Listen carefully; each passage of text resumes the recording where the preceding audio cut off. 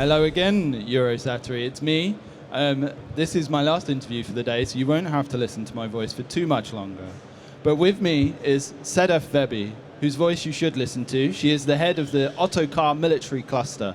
Sedef, thank you so much for joining me. I know you're incredibly busy today. Thank you for having me. Thank you. So let's jump right in. Please tell our viewers and our listeners a bit more about OTOKAR, the military side, of course, and what capabilities it offers as a company. Right. OTOKAR is one of the most experienced land platform companies in the sector. We have 60 years, more than 60 years of a heritage.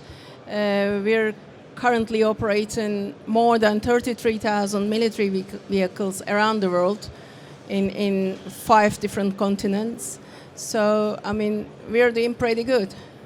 Absolutely, yeah. And I followed the success of some of those vehicles, the early Cobras, for example, quite extensively in my old days as a land platforms analyst. So True.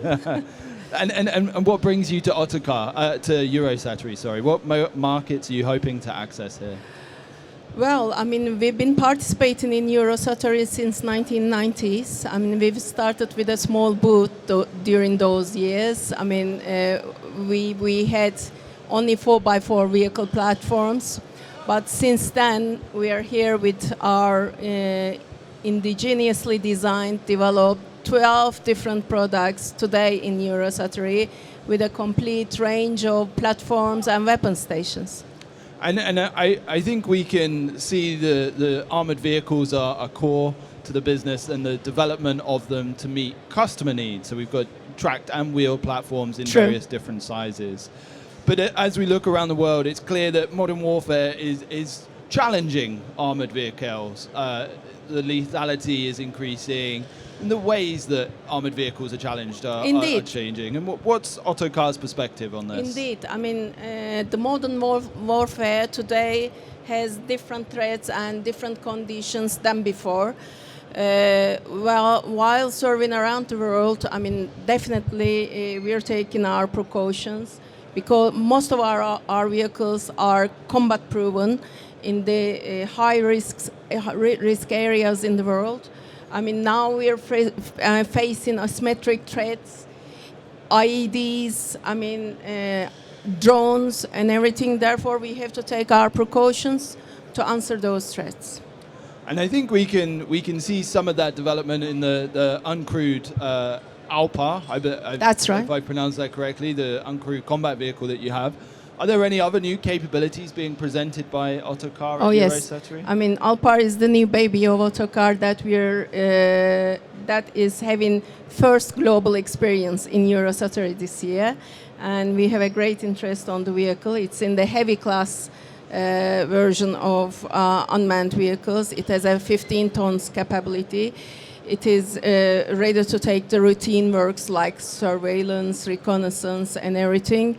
And we're still developing it. I mean, we believe that unmanned vehicles, autonomous systems will take a great place in the near to mid future of the sector.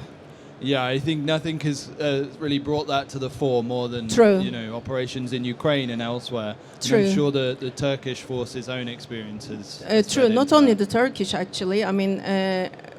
The Russian and Ukrainian conflict is creating big threats in the surrounding countries, and we understand from our customer requirements that everybody is trying to get their precautions, and we're trying our best to accommodate their requirements.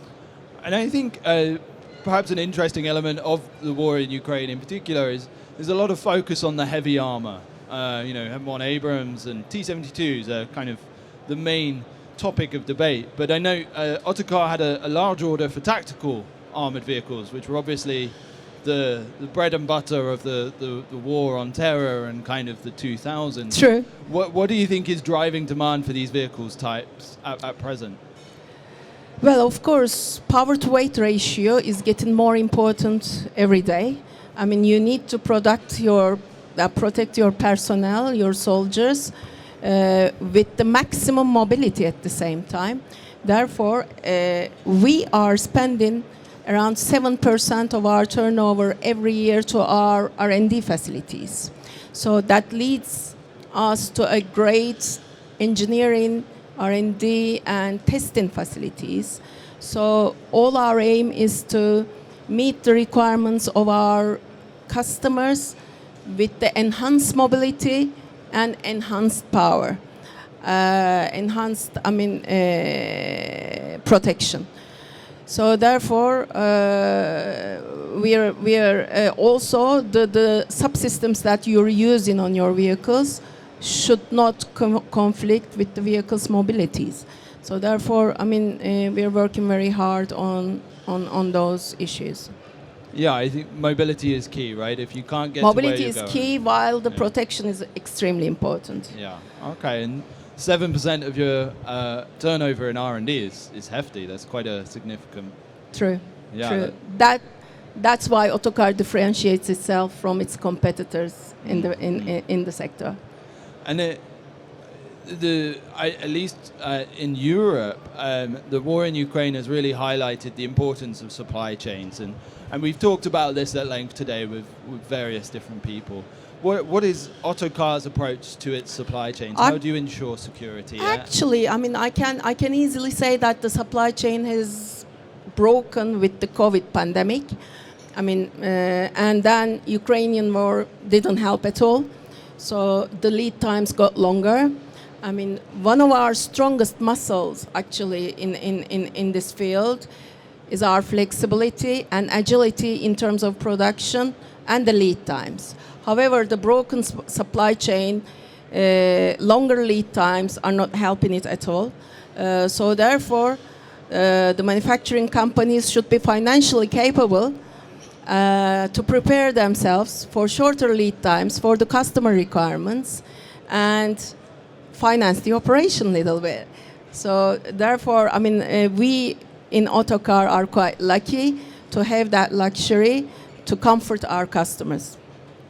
That's very interesting. A different perspective, which is really valuable. It is. Sedef, thank you so much for your time. Thank you. That has been insightful and powerful. Thank you. Thank you. Bye-bye.